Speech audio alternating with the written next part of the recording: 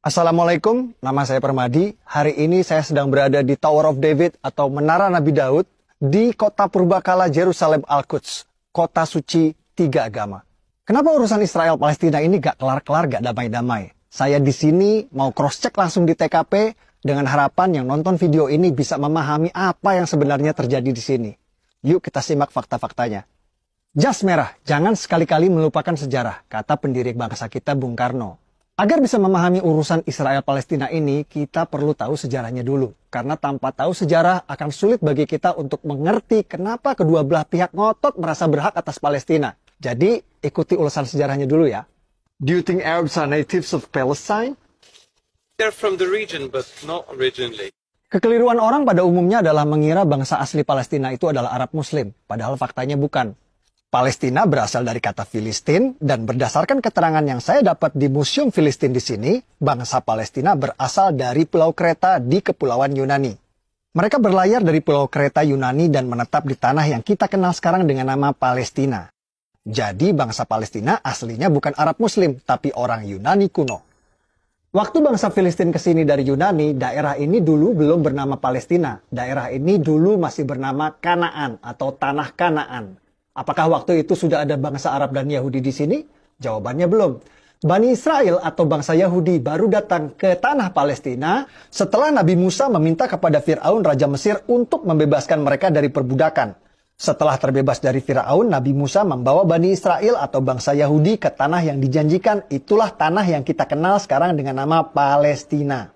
Bahkan kitab suci kita umat Islam merekam kejadian ini di dalam surah Al-Maidah ayat 21 yang berbunyi, "Wahai kaumku, Nabi Musa menyeru kepada Bani Israel Yahudi, masuklah ke tanah suci Palestina yang telah ditentukan Allah bagimu, dan jangan kau berbalik ke belakang, nanti kau akan menjadi orang yang merugi."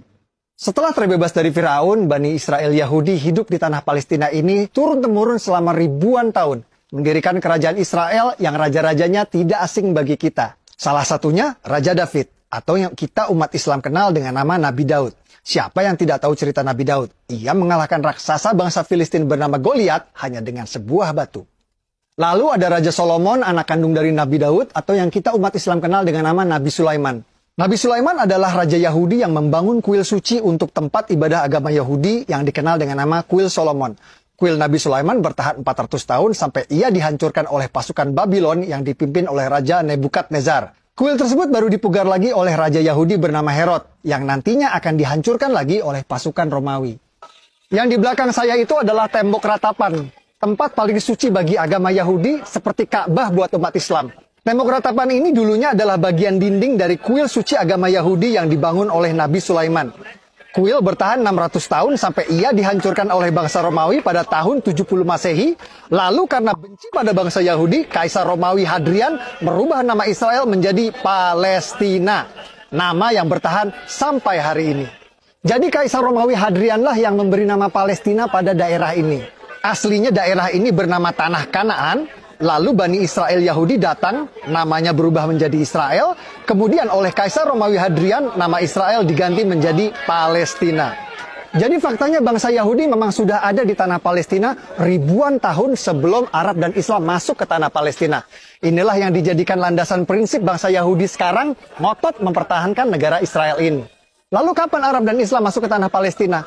Arab dan Islam masuk ke Palestina saat Khalifah Umar menaklukkan Yerusalem Al-Quds pada tahun 638 Masehi. Tempat ini bernama Umar bin Khattab Square atau alun-alun Umar bin Khattab. Dinamakan untuk mengenang sang Khalifah Umar yang menaklukkan Yerusalem Al-Quds pada tahun 638 Masehi. Oh, sudah waktunya sholat. Yuk kita ke Aqsa.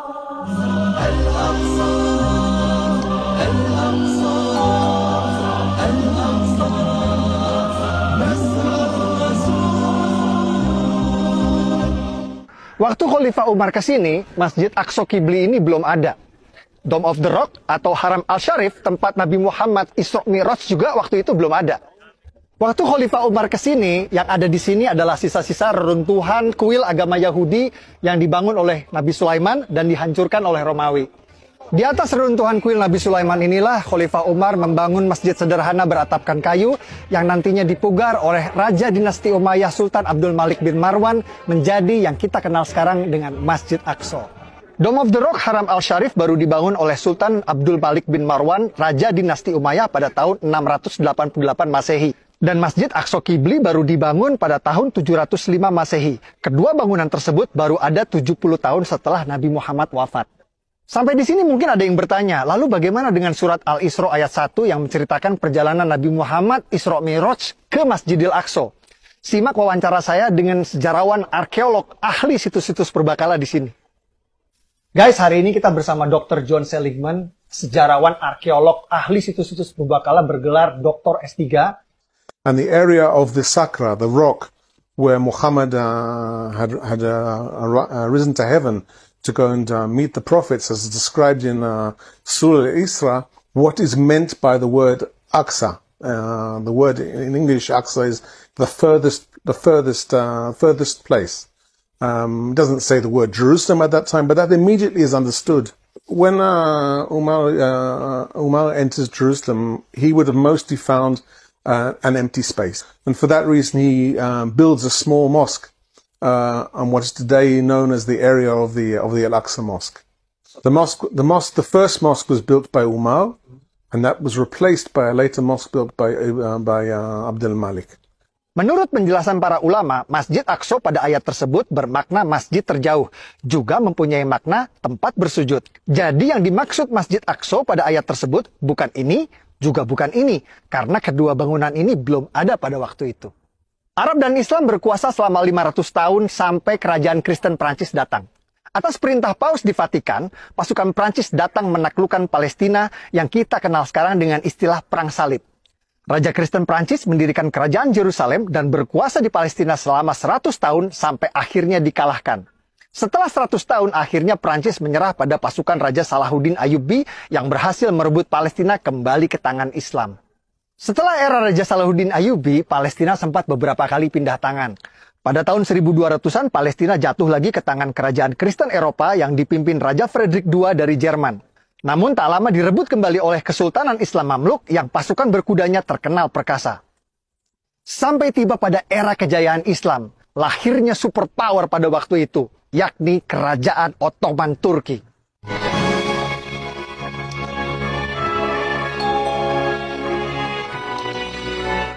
Ottoman Turki menguasai Palestina selama 400 tahun, namun Ottoman Turki tidak punya visi seperti kerajaan Kristen Eropa untuk membangun Palestina. Ambisi Sultan Ottoman justru memperluas kekuasaannya ke Eropa. Ottoman fokus menaklukkan kerajaan-kerajaan Eropa dan Palestina menjadi sebuah provinsi yang terlupakan. Setelah 400 tahun terlupakan, Palestina lagi-lagi akan menjadi ajang perebutan berdarah yang akan berlangsung sampai hari ini. Semua berawal saat Perang Dunia Pertama terjadi.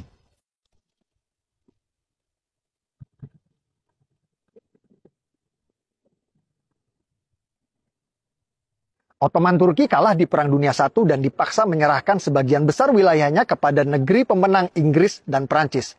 Provinsi Suriah dan Libanon menjadi milik Prancis, Provinsi Palestina dan Jordan jadi milik Inggris. Inggris mengganti nama Palestina menjadi British Mandate Palestine. Lalu Perdana Menteri Inggris langsung mengambil inisiatif mendukung pendirian negara Israel di Palestina lewat deklarasi Balfour yang berbunyi, "Pemerintahan Yang Mulia Ratu Inggris mendukung pendirian rumah nasional untuk bangsa Yahudi." Tidak pakai lama, Inggris langsung memfasilitasi migrasi besar-besaran Yahudi dari Eropa, bahkan memberikan proteksi keamanan bagi mereka di sana, walhasil populasi Yahudi di tanah Palestina pun meningkat pesat.